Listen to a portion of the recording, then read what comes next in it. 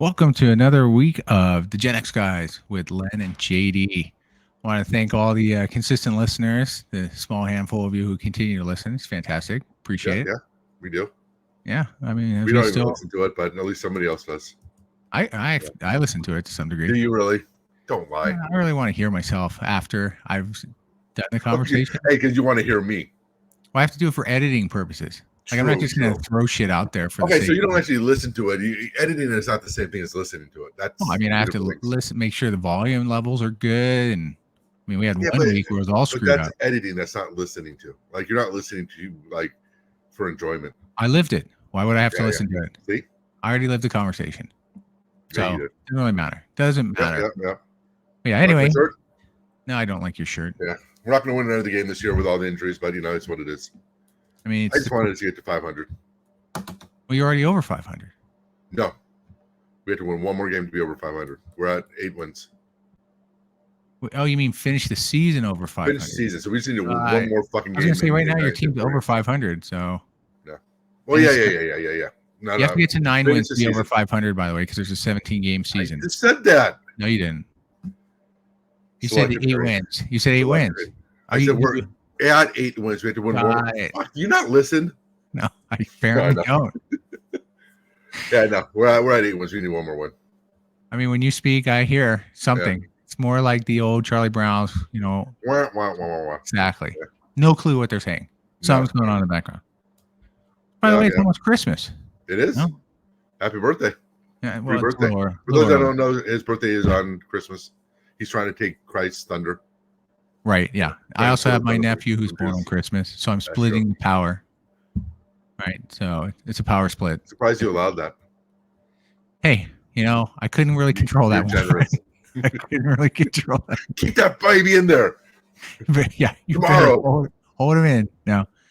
I always feel like he was late anyway. Like he wasn't supposed to be born on Christmas. No. Mm-hmm. He was supposed to be born. Were you born on time?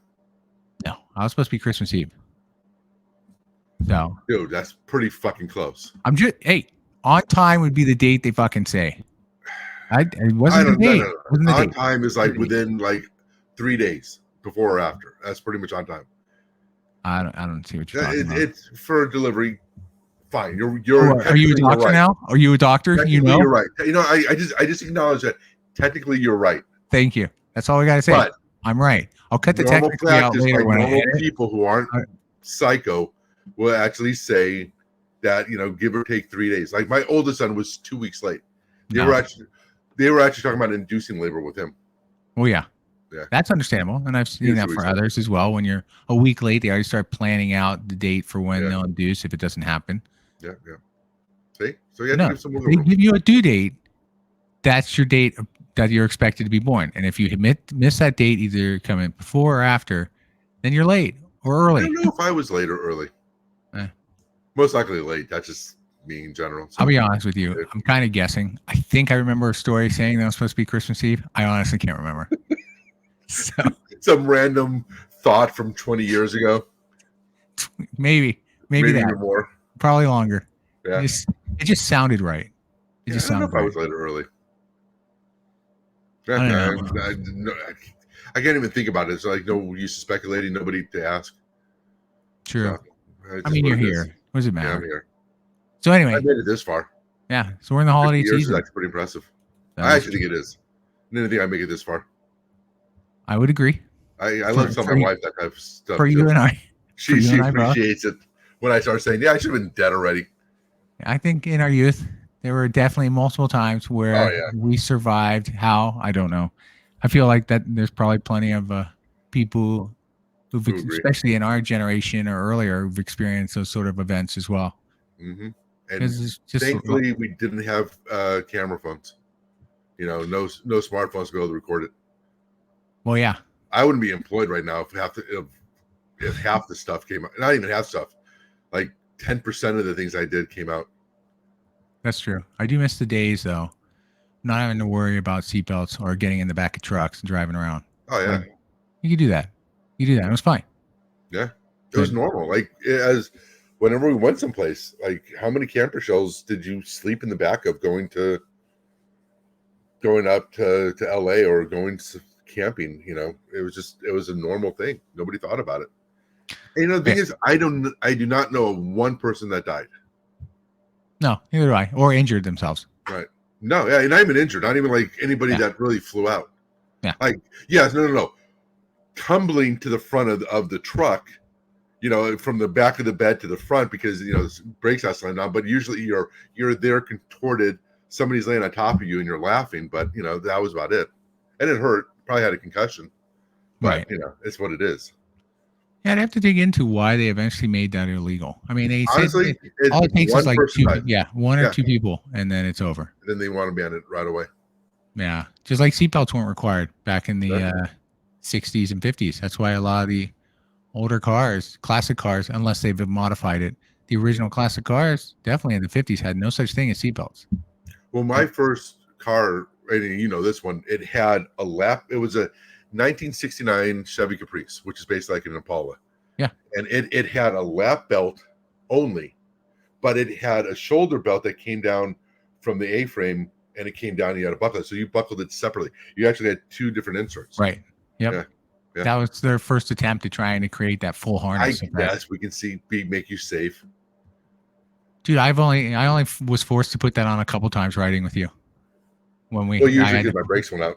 Yeah. Or when we had the engine was jacked on full throttle. And we couldn't get it to stop. So outside of turning it off, of course. But that's the only way that it turned off. Yeah. I remember turning it off, and when we were on a stretch of road that had no real shoulder, so I had to turn it on really quick, almost drop the transmission, dropping it into gear. Yep. And then pull over to an area, walk to your dad. Well, no, we walked to your house to call him. Yeah, you're right. And then he met us over there. Fixed it in and then he saw that the carburetor spring was just locked on. And he gave us that typical look like, you guys are idiots. Yeah. And walked away. Got back your dad did that a lot, where he would look at us and then just walk away without saying a word. Yeah. Well, at least he definitely did that with me. Well, yeah. Yeah. And I deserved it. He did in his way that he was like he's kind of laughing in his head, like, God, you guys just totally, this was not that hard. No. And you're like, okay. I mean, there were times when we were young working on cars, the bumper we tried to pull off my Camaro. Yeah, that's our best story with your dad. We were trying for like 20 minutes trying to get to a couple bolts that we're like, dumbass. There's no way we can do it. No way. No. You didn't disagree. I'm getting to it. No, so, okay, and also to back up, his dad is that hardcore blue collar get her done guy. I mean, he just, where there's a will, there's a way. There's always something to do it. 12. So right, but also at the power plants and everything. But he was just that one guy who, no, I can get this done. Like he just would never he would just take his time and do it. But for him, there's always a way to get it done. Yeah, you can try to build it. Here goes under his breath, this is impossible. I remember that distinctly. I don't even think it was under my breath, dude. I literally think I just got up and said, dude, this is impossible. Because he wasn't with us at the car. Nope. No, he was at the front of the car. Down in the garage. We were at the rear bumper. And he comes out and goes, okay. No. And I just remember it was at like that TV moment where like his head just pops up like, what? And I remember he walked over to you, do it, and I was frantically trying to get off. Now I was like really focused. Like I could do this. I wanted to get up so bad before he got over, and I wanted to say something because like I didn't complain. You did. Why did he have to come over to get off mine? You also agreed with me. You were just quiet. I agreed in my head, but I didn't vocalize. That's a major difference. And then you're working your ass off to try and get off, and you're still going nowhere. Like you're still in the same problem you were having before. So he kicks us both out. He goes, hold on. Takes off in 2 seconds. Literally within like 10 seconds, both bolts are off. Grab the bumper.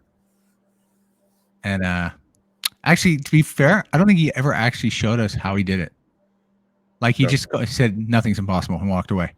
Like, well, it was just a bolt on a bumper. It was just a weird angle. You and I were probably being lazy how we were standing. Okay, having worked on cars now, it was guaranteed that we were being lazy, trying to stand up too upright, not trying to get the ratchet on it properly. It's just, honestly, it was just his experience with doing it a million times. He knew how to do it. I mean, now I'm in that spate where when the boys work on the car with me, it's the same thing. I'm like, oh, you have to kind of contort it this way. You have to do it this way. But, Yeah, I agree. It was fun though. Nothing is impossible. So anyway, I'm not sure how we diverged into that, but good stories. Good stories. Good stories. But yeah, anyway, holiday season coming up. Yeah. I think we'll be able to get one more show in. Yeah, we'll be able to do it. Yeah. And then not like I'm going anywhere. That's true. Neither am I. Yeah. Out here in Las Vegas, the weather's dropped in temperature, no different than probably the Bay Area. So not really going to go out either. But it'll be nice. It'll be nice holiday season. Your daytime weather's probably a little bit warmer. Probably get to 50. Oh, okay. Yeah, it doesn't. I just know nighttime gets cold out there for you guys. It can get real cold out here. So, but yeah, it's crazy. So anyway, great conversation. But we wanted to this week also focus on sort of a specific conversation around California. Yeah. I know you and I talked about this before, and we go back and forth a little bit, but really we want to take a look at.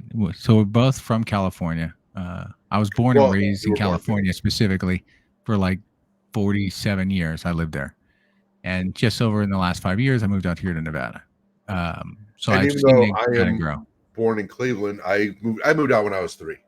Yeah, so you're basically native Californian. Right. I mean, essentially, I don't really remember anything about Cleveland.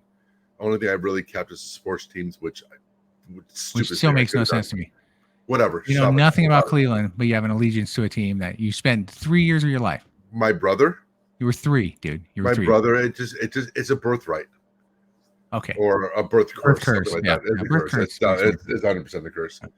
But yeah, I mean, I think I've been back to Cleveland only like 3 times, and each time was taking fucking Greyhound out there, which was, I don't know how I survived that. But yeah, so essentially, I'm not native, and we grew up just south of San Francisco, so we were literally 15 minutes away from San Francisco along the best part is along the coast, and everybody would say, "Oh, you live right by the beach in San Francisco. Do you always go to the beach?" No, it's cold, dude. Our water was like 50 degrees. Our weather year round was like 65. Yeah, like 60 to 65. It's like if it went above 70, it was a heat wave. Pretty much. Yeah. And if it was at 80, everybody was at the beach, regardless.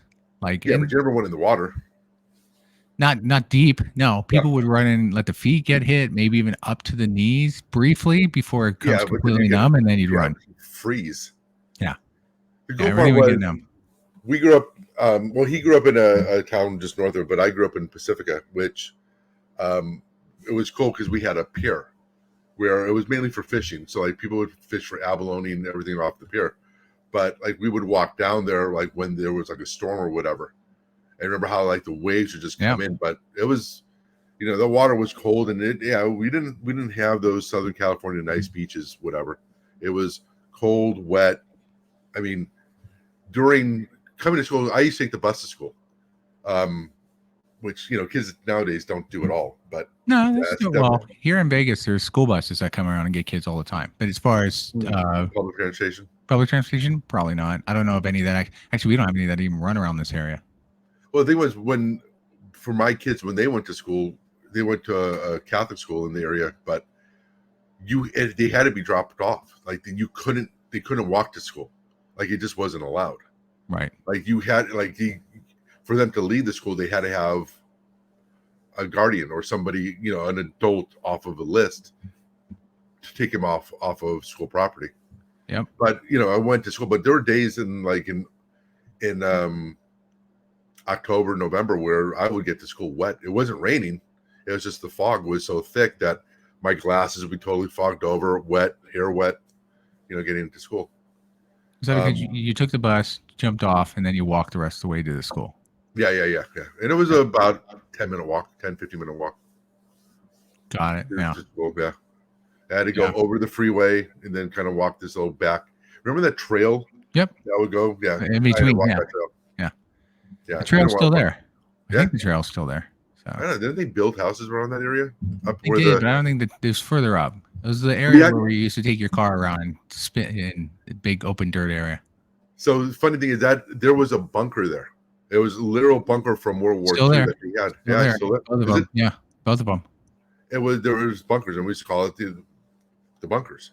Yeah. It was just, and they were basically World War II bunkers that were put there because it was all along the coast, West Coast.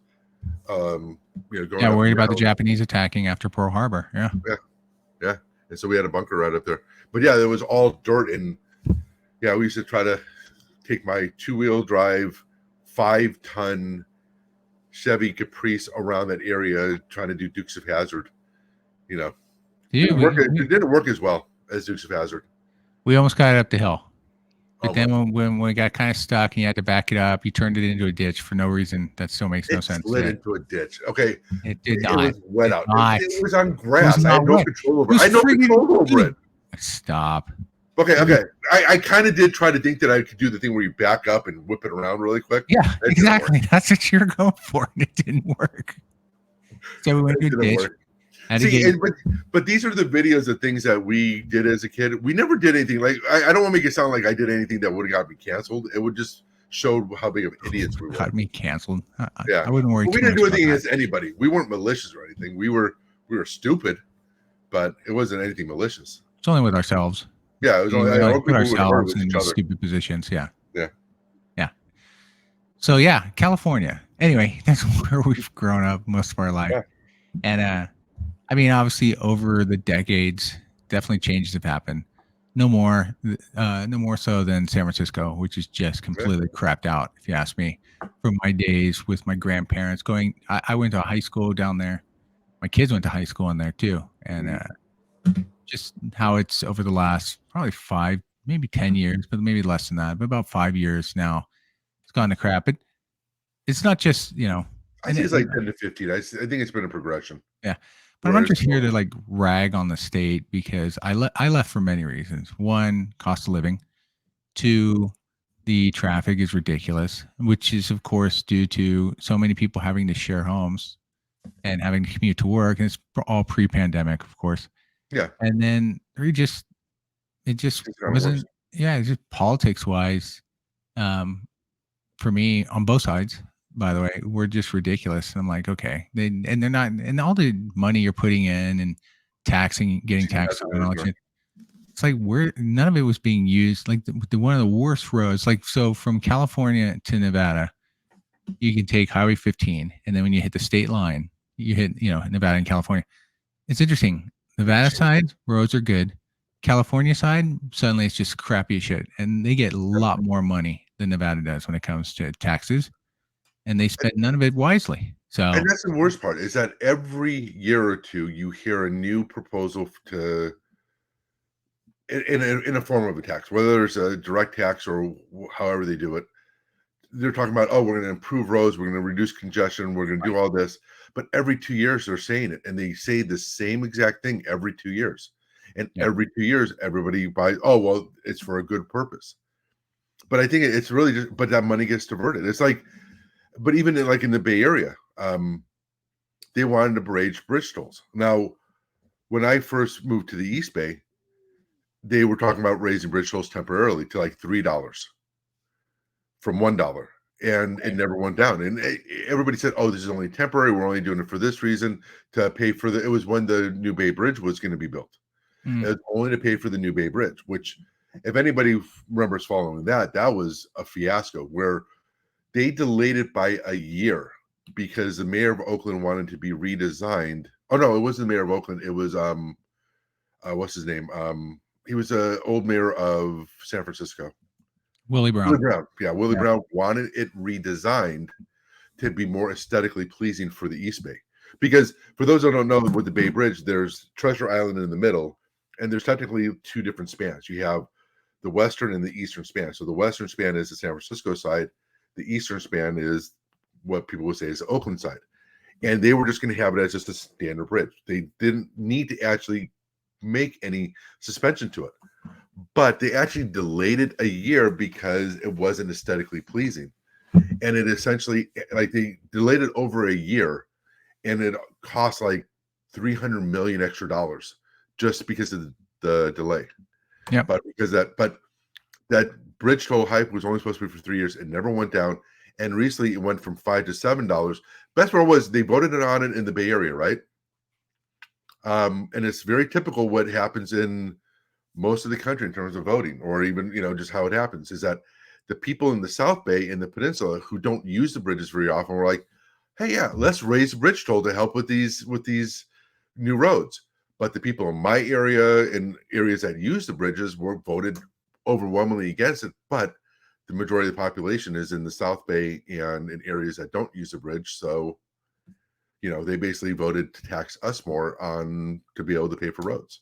But again, now they're also talking about doing congestion tax. I don't know if you've seen that for California. Doing a what tax? Oh, not congestion tax. Well, I call it a tax, but it's congestion pricing. So if you drive on a freeway during certain hours, you have to pay like X amount of dollars per mile that you drive. Wait, they have the fast pass lanes that they've created now, right, which are also based on surge pricing too. So depending on the time of day, they suddenly jack it up. So now, which is really great, because if you have money, that means if you have money to spend on it, you can get to work faster, save a little bit extra money on gas. It probably doesn't offset, but offset it with saving money on gas and less wear and tear on your car. So poor people are fucked. Like if you can't afford that congestion pricing, then you just have to shut up and sit in traffic for an extra 30 minutes. Right? Got it. Yeah. So that's what you meant by congestion pricing, was those fast. No. But they're saying everybody now on the roads, if you're on the roads during certain hours, is to try to get people off the roads during high traffic. Take a look. It's probably not going to, they're saying that it won't, it's a suggestion right now, but they're actually looking at doing it like in 10 years. And where the point where if you drive on the roads at these times, you're going to be charged per mile. And there'll be like certain things where if you're low income or whatever, you'll probably be paid less. So, somebody like me, I'll most likely pay the full price of it. Yeah. See, this is where. And it's not going to do anything because there's no alternatives. No. Well, this is where if I'm a voter in California, which I no longer am, my first instinct would be, if they're once again now coming up with more creative taxes like this that they're going to throw, or charges, then I want an independent company to come in and fully audit the state's spending and understand where exactly all this money goes to, because right now it's going nowhere. Well, and again, what else? The 6th highest GDP in the world. I think it's 5th now. Either way, it's top 10 in a single state in the world, thanks to all the tech companies and whatnot, of course. But all that alone, and you still have to tax more. Makes no sense. It's never ending. That's the thing that bothers me, is that every 2 years, it's the same story and everybody buys it. And the worst part is people actually argue against it. It's like, fine, we're going to have this congestion. What's the alternative? Right. I mean, they actually don't like the idea of casual carpool, which I used to use, where they would actually discourage it.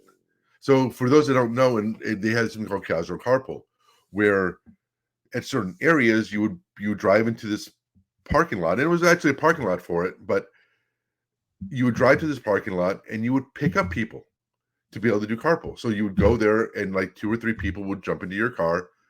And when I first started doing it, no money was exchanged. I benefited from it because I was doing carpool lane. I didn't have to pay a bridge toll because I was doing carpool, and I saved money on gas. So I benefited from it. And these people benefited from because they honestly were going to San Francisco for free. They just had to sit in somebody's car or whatever. And you would drop them off at a certain point in San Francisco, and then they would go on their way. Eventually, they started doing things where they said, okay, well, even if with carpool, then you had to start paying bridge toll. But they started doing little things to like almost discourage it. Like certain areas, certain towns didn't want people doing it because they were losing money on things like public transportation. So by me doing this, trying to reduce congestion, they were like, oh, well, then we don't have money for public transportation. But the problem is, most of those buses didn't run. I mean, if I take a bus to go into work in San Francisco from the East Bay, it would take me 3 hours to get to work. Right. Because there's not enough buses. They don't run frequently enough. You have to go from one area to another. It's public transportation. And BART, our public, subway, I guess you would call it equivalent, is really inefficient. It's also expensive. For me to go from San Francisco to the East Bay is $14 a day, plus $3 for parking. So it's like $20 a day. So yeah, it does save me money going versus driving sometimes, but it's not really. And then when you add in the time it takes to do it, and everybody says, oh, well, $14 is cheap. You can go to other countries that have better infrastructure, like twice the trains running twice as often, cleaner, hitting more areas. And honestly, you're doing it for like $1 to $2. And this is not, I'm not talking about underdeveloped countries. I'm talking Japan and Korea. It's incredibly cheap to go around because they subsidize it to make it so that people are encouraged to do it. Right. But Well, and to your point, I mean, if you look at some of the other cities in the U.S., like New York has a very active and big subway system, right, that they built that really goes across the whole city, north, right. All over the place. And I'm not sure what the costs are there, but it's at least much more efficient and effective for a lot of the commuting going out there. Yeah. Bay Area, that's never been the point. Like they've never, even LA doesn't have a very good, effective muni system of any kind. Actually, California as a whole has never really taken that into account, which has always been surprising considering, considering the distance between some of these cities, and as they've grown, they weren't bigger at trying to make sure, better at trying to make sure. Like even today, just on the Bay Area itself, to your point, Bart, it's interesting. The track lines run from one direction to another. You could start in like by the airport of San Francisco, go all the way up and around under the bridge, basically shoot across, hit the East Bay, go up pretty far as your house, not quite, but still, but up there all the way out into the depths of like Pittsburgh and others, and then head down to, where's the stop right now on the East Bay side? Has it finished the San Jose line? Yeah, it has. So for San Jose, interestingly enough, where a lot of people from San Jose will travel on the west side of the bay, they don't have a direct connection. Nope. If you go from San Jose and you want to go to San Francisco, you're going up all the way around the other direction to get into San Francisco, which is not, it makes no sense. And there's so just planning efficiency is horrible. They just it's limited. To your point, it's one line. There is no parallel tracks where, like, if you go to New York or again other countries, that they have it parallel tracks. So it's not like you have the peninsula in the Bay Area where you have San Mateo and San Mateo County, but there's one line. So if you're not working by that line, or like thankfully working for a tech company, there's actually a shuttle that takes me from BART to work. But if I didn't have that shuttle from BART to work there, I wouldn't really have a way to get to the office, or I would, but it would take me like an extra half hour to get. It would be actually faster for me to walk the 20 minutes to go from BART, 20 to 30 minute walk to go from BART to there. And I don't mind walking, but again, every day that's an added hour onto my commute. Right. But that's the thing. There is no viable alternatives. It's like they keep on saying it. Oh, well, we want to get people out of the car. It's like, okay, well, then you gotta give us alternatives. I would gladly do it. Right. But you don't have enough alternatives. Well, and there was an article back in October from the Sacramento Bee where they were talking about, those leaving the state versus coming in. And on average, if you look over the last like 21 years, on average, it's about 450,000 new people always come into the state. Right. But that number leaving has gotten where it's always been higher. Like there's more people leaving than coming in. So you had like 598,000 back in 2001. In 2022, it's 817,000. Like, and it's continuing to grow. These last couple of years, 2021 and 2022, have seen a massive influx of people leaving, where it's almost 1.6 million have left the state of California, and they've increased, they got like 800,000 to come in, but you still lost 800,000, right? Like in the end, that's 800,000. And so there is a mass exodus. Let me rephrase that. It's not a mass exodus because that'd be a much larger number. Yeah, I think people. But there is a big movement going on of where more people are leaving the state of California now for many of the reasons we explained: cost of living, the politics, whatever it is. They can probably come up with many different reasons, but for a lot, they're leaving the state, and the state is starting to lose its population. And then you start to wonder, like, what exactly again are they spending their money on to make it? That's my problem. More, worthwhile for people to want to stay. And I've never liked Gavin Newsom since he was mayor of San Francisco. It's to me, he is a puppet politician. He is 100% a politician. Like a puppet politician, though. He's owned by the unions and everything, hands down. Hands down. Everything he does is calculated for his, like, I don't, if people don't know this, but like they raised the minimum wage in California, and I don't have a problem raising minimum wage. I mean, I think the cost of living I think they should do it on a more regular basis. Mm-hmm. I think it should be one of those things that happens on a regular cadence. I think when they go, oh, well, it's $7 now, let's make it 15. I think that jump, why didn't they raise it? And again, California is controlled. Look, it's a Democratic state, period, end of discussion. When you look at the state assembly, it's like they have the, what's it called again? What majority? What do you mean? They use for it, but like major majority or super majority? Super majority, thank you. Yep. They have a super majority. So I never understood why they don't raise minimum wage on a regular cadence, along with inflation. That makes logical sense to me. Right. But explain to me why they have a minimum wage for everybody. So EMTs, healthcare workers, pretty important people, but now they have a $20 minimum, a different minimum wage for fast food workers. Right. Not a consistent. That makes, there's no logical reason why that industry is without. It's not, and I know I can hear people saying it because I've heard people say it. Oh, what do you have against them? They're working people. I'm not saying that. I'm saying, why was that particular industry singled out? Is it because of certain votes? Is it because? But again, you're going to say that fast food workers deserve to make more money than EMTs, which honestly, EMTs make, a lot of them when they first get into it, make minimum wage. There are healthcare workers who work inside of nursing facilities and other areas that get paid less than that. Right. And it's little things like that when you look at the politics of the state, where, and again, I'm not a Republican. I haven't. You can speak your mind without having to say you're a Republican. No, you can't nowadays. I almost feel like when you keep saying I'm not a Republican, people think, oh, well, you're a Republican now. No, the problem is everybody thinks it's binary. If you are against Newsom or you're against blue, that means that you have to be a Trump. I agree. Red supporter, and I despise it because I did not vote for Trump.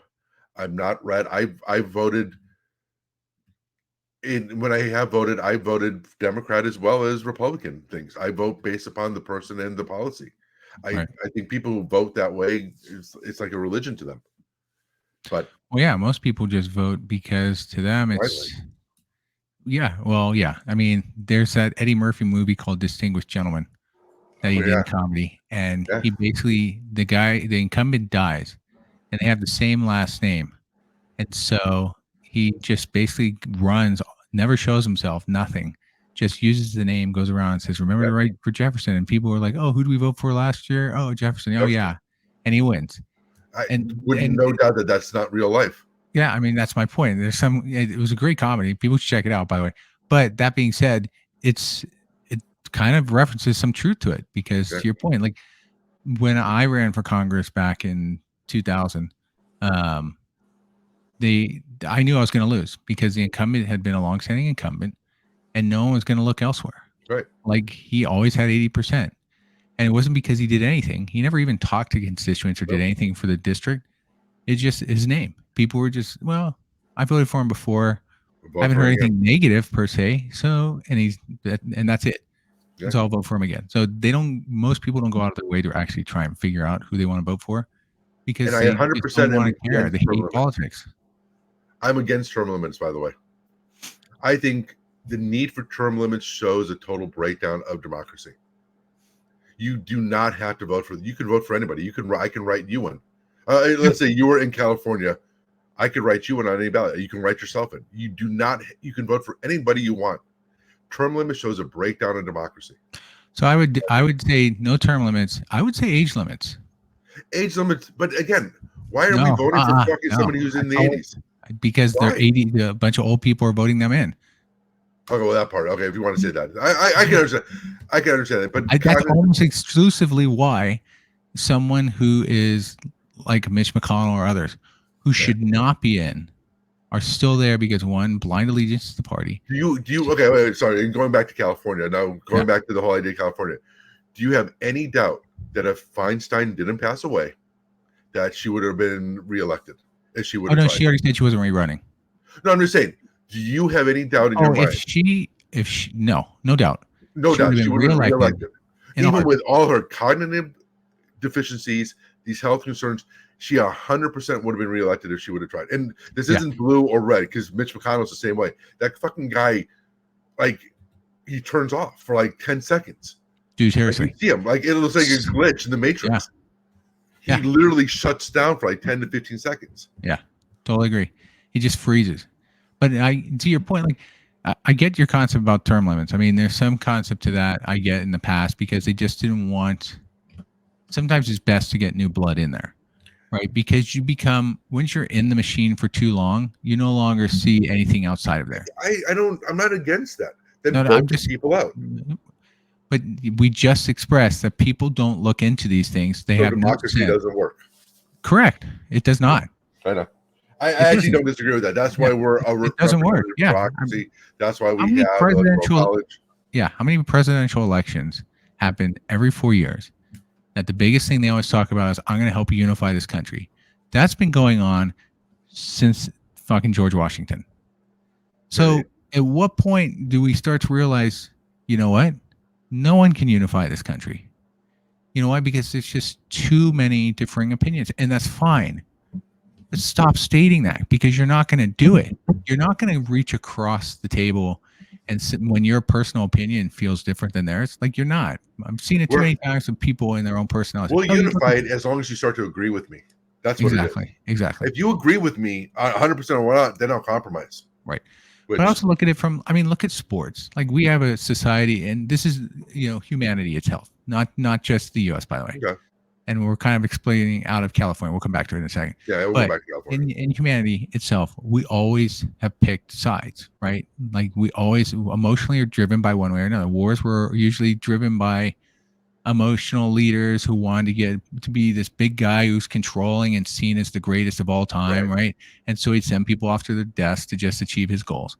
And then later on in life, as more sort of less leader, more elected leaders, or however you want to put it, whether it's democracy, or look at Putin, who's about to be his 20th year as president in a democracy, right? Is somehow there. But we take it even deeper. Like, look at the cities, right? People who come from cities battle against other cities, their personal feelings about other cities. Sports teams, both in the U.S., UK. UK is even worse, right? Soccer teams are just like, fans can be pretty ruthless with each other. Very. The point is, we can't even unite on anything. Like, we take it to the deepest levels. So how would we unite on a global level if we can't even unite on the smallest level? Like, it's just not going to happen. That's the thing. I think people, and I think social media definitely has made it where you start going in the algorithm, you start seeing your bubble, and you get that bias confirmation happen, right? Where you're in a bubble and you hear the same thing. But it's like, the U.S. is honestly 50 separate countries. We're almost like a European Union in the way that we are called a republic. We are called a republic. You're right. And I think people forget that. It's like, they always forget that. That's why they don't understand the Electoral College. Right. And the difference between what states need is very different. So, but people oversimplify it. They make it into you just want this or you just want that. And the needs even between California and New York are very different. I mean, they're very different. Like what we need and desire and what is constantly different.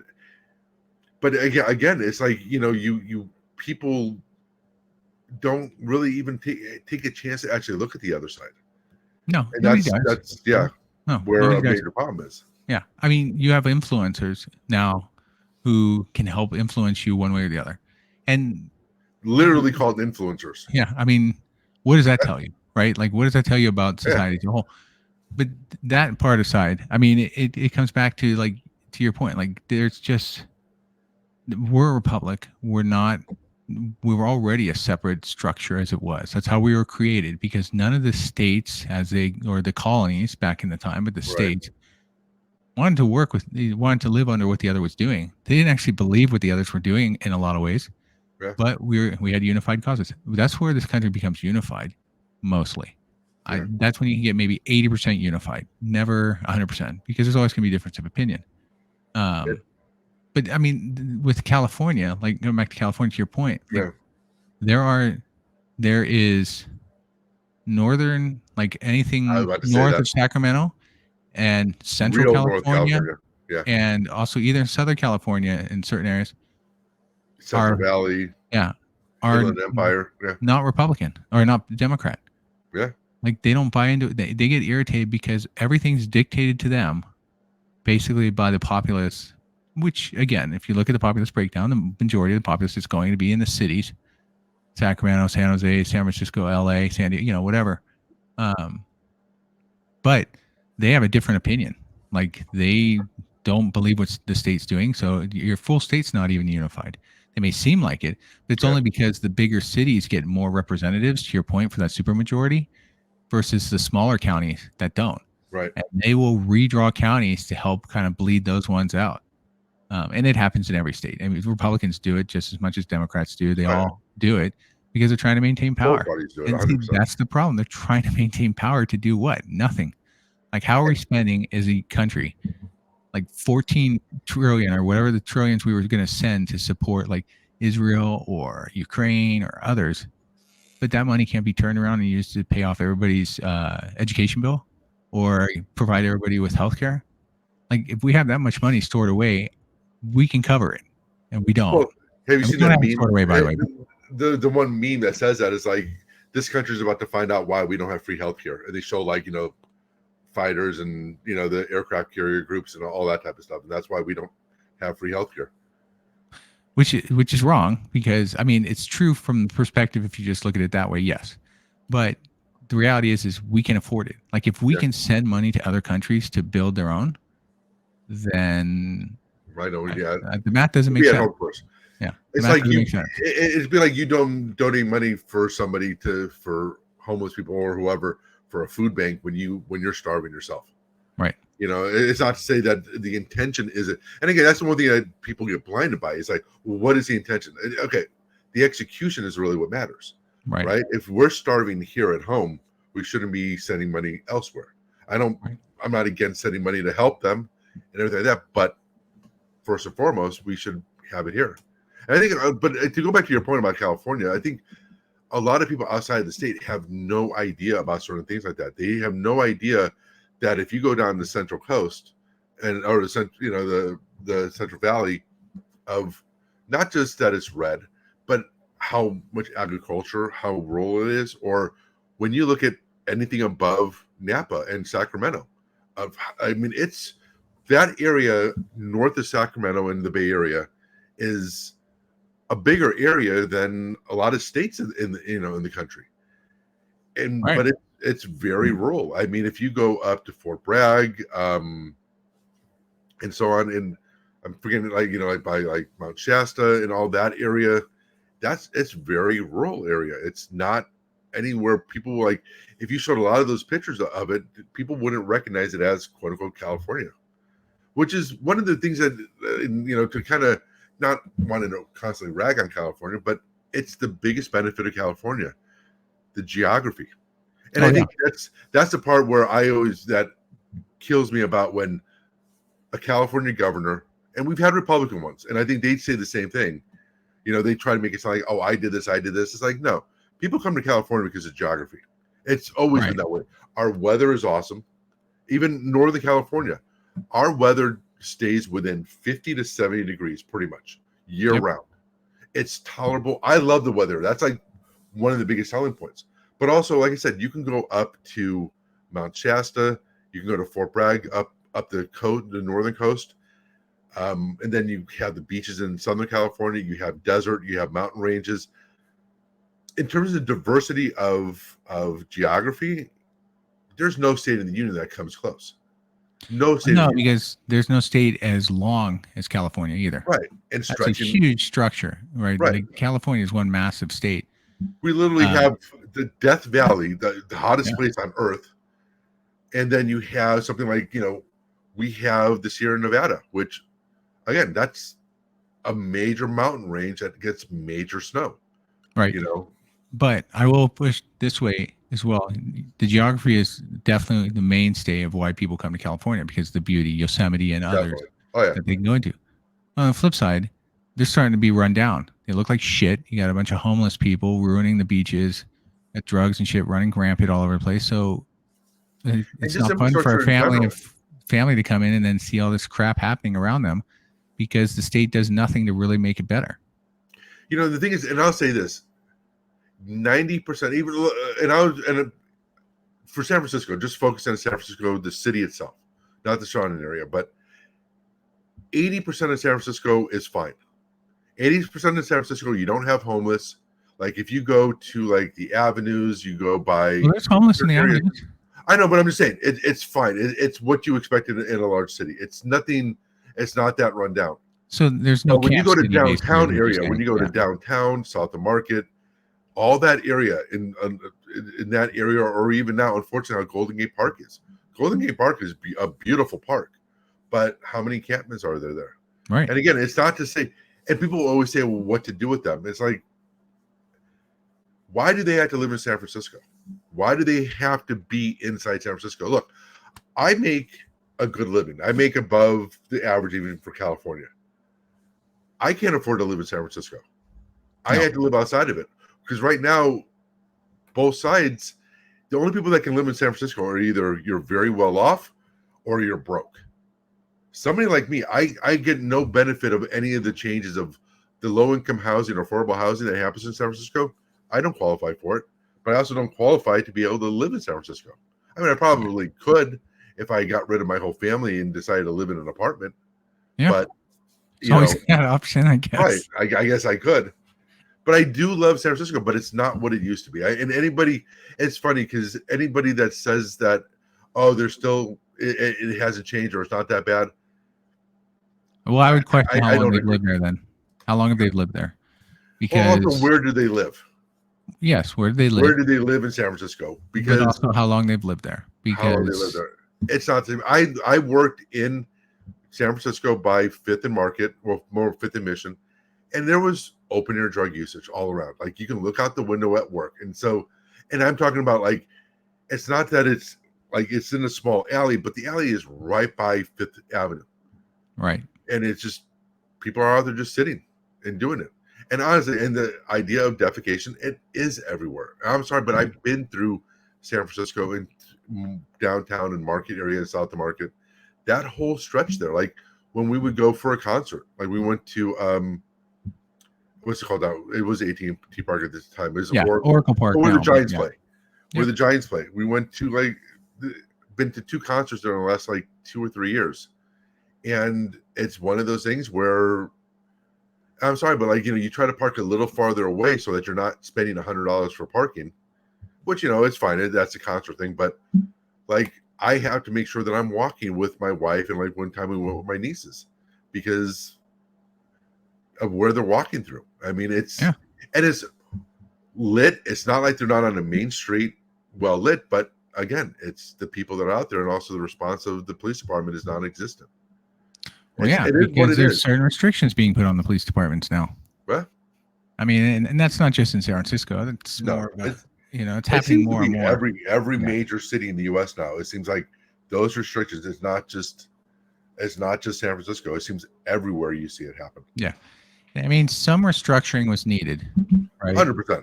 Yeah, but in general, a lot of it's lack of getting new officers to come in because of the struggles they face with the restrictions they have or the constant watching and, oversight, which oversight is needed, to be honest with you.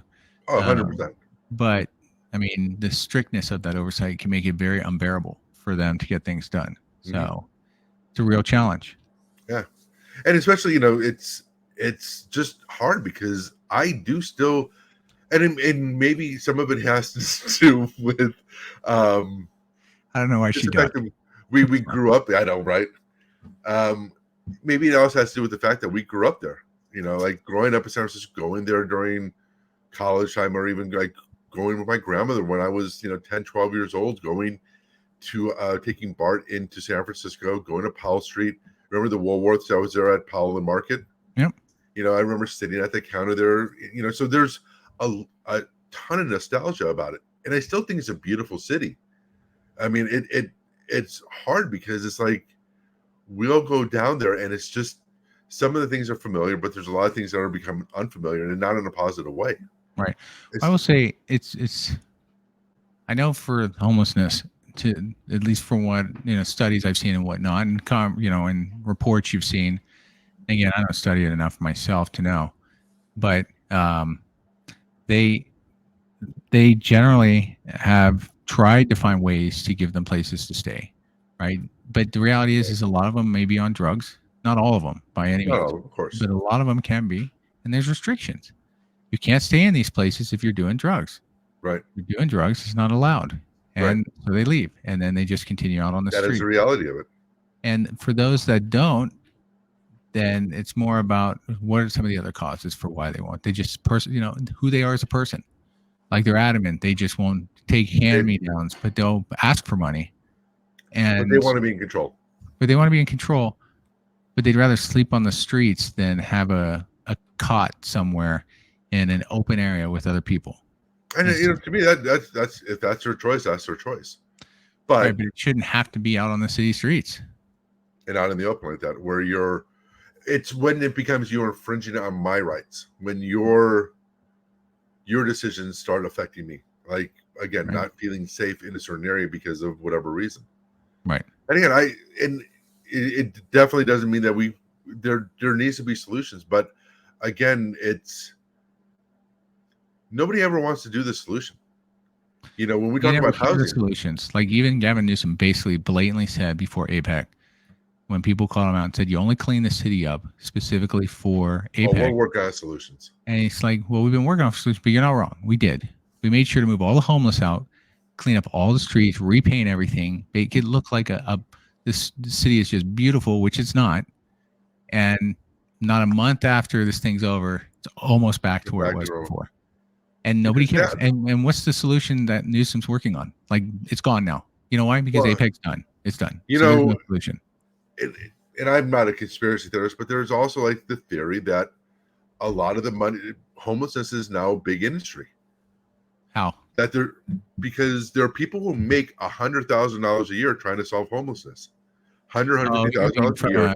There's people whose job it is for homelessness. They all need to be fired. They all need to be fired. No, but the thing is, you're spending look at how much money and I don't have it. I'm not going to look it up, but how much money LA spends on homelessness every year? Yeah, and they all need to be fired. That's my point. So what is that money accomplishing? With the staff and everything, what are they actually accomplishing? To your point, I think that the solution isn't as simple as housing prices or whatever. I think it's been here since forever, but I think it's just a lot more out in the open now than it was 10, 15 years ago. It's just a lot more. I think the one thing is that when you saw homeless before, it was not out of sight, out of mind, because it was still there. You easily saw it. I saw it when I was 14, when I was going to the city every morning for school. Yeah. In high school, I'd walk through a small homeless environment. Maybe like 10 to 12 people would always be there. Right. But they were out of the way. They had an area they'd hang out at, and honestly, I talked to a lot of them, and they're, to be honest with you, just. And then, by the way, to back up, this is like in the late 80s. This is correct. This is like 86, 87. Haight district of San Francisco. Mm-hmm. Always had a ton of, but the thing was, what I think the thing is that the spillover in how they act. Now they don't have any courtesy to anybody else. And again, I know people will say like, oh, they're homeless. Like, no, and I've seen it in other countries. Like I've seen it in other countries I visited where the homeless keep their stuff together. They don't just let things spill out. And I think that's the issue that I have, is where almost now homeless are just spilling out as much as they can, like spreading out and trying to almost draw attention to themselves. Yeah. Not saying that that's what they're doing, but that's what it feels like. Right. Well, and so California will constantly say this from the Democrat leadership specifically. Everybody likes to copy California, which is no longer the case, but they always state that and say we're going to make the tough choices to help lead trends across the United States to make change. Right. But they don't. Instead, I mean, they do things that are changing. Don't get me wrong; they definitely have an impact, but it's almost always negative, or it has an impact on their citizens, and they don't seem to care. Like it's more about how can I make myself look better in the eyes of the political parties why do they need to? I can move up. Well, exactly. All they have to do is just say the right things, and they're going to get reelected. Newsom said that they require all electric cars by the year 2030, knowing full well he'd be way out of office by then. So, and what about the fact that we just recently had blackouts? Right, and there are not enough electrical stations, and now Tesla's recalling 2 million cars because of the autopilot, right. and also safety. Yeah, and they're trying to outlaw combustion engines. It's like, so you're going to put a whole industry out of business, so you can feel better.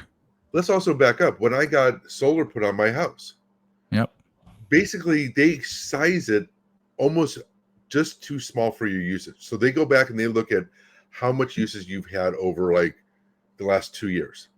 They're like, okay, well, we're only going to do this because if you produce too much electricity, they reduce how much they buy it from you. So, right. Whatever the kilowatt hours is, basically, if you start producing too much, you lose money off of it. Right. So they literally can have it where my house is producing more electricity, so they have more electricity for the grid, but they don't want to pay for it. But they'll definitely still charge you that amount. Oh yeah. So they'll buy it off of me for pennies on the dollar, or what they're actually selling it back to everybody. So again, how is that going to help the infrastructure? How is that type of behavior? So PG&E doesn't benefit from that type of stuff. Right. And again, and I'll even say it's not just PG&E Green, because people will say that PG&E has to build the infrastructure to pay for other people producing electricity. So PG&E eventually will lose money because they're not actually generating electricity and making money off of it. True. So I'm not saying it's 100% PG&E's being evil. I understand where PG&E's coming from almost. Yeah, but I mean, again, this government who's trying to push this isn't doing anything to actually resolve the issue. No, I think that's the biggest thing was people have lost the ability to just look beyond themselves, beyond their, like, I have my beliefs, but I also am open to hearing what others have to say. I try to take a more middle of the road view, hearing both sides. Yeah. Because it's easy to get locked into one way of thought and always stay there. And then you're just stuck. And people say, we have the, type of people who are stuck in one way or another, or they only believe this. Well, because there's some people who just can't look past that. But the person usually pointing the finger is also the same way from a different direction.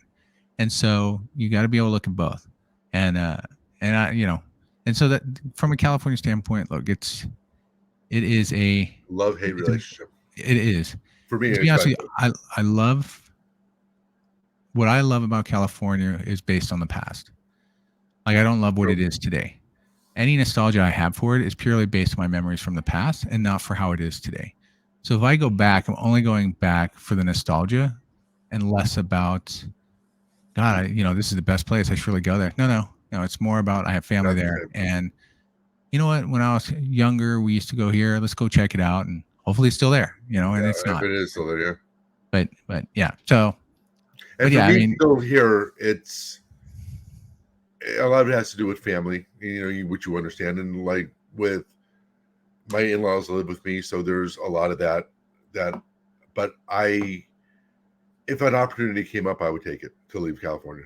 Yeah.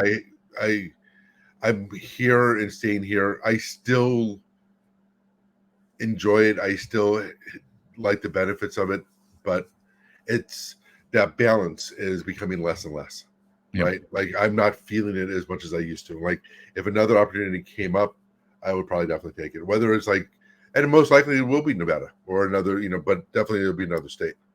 Right. But we'll have to wait and see. But for right now, I'm here not because I love California. It's not because of that. It's other reasons are keeping me here. Yep. Which, is what it is. Exactly. Well, cool. Well, hope everybody enjoyed our rants and conversation. Mainly rant. I think it was probably 80% rant. Yeah, it's fine. We have a small dedicated crowd, so if we lose them, then we basically lost the show. Yeah. We'll still just complain into the ether. We'll still talk. It just won't matter to anyone at that point. Yeah. Not like it matters to anybody. That's true. All right, everyone. Well, thanks for listening. We'll be back next week. Hope everybody has a good week this week. All right.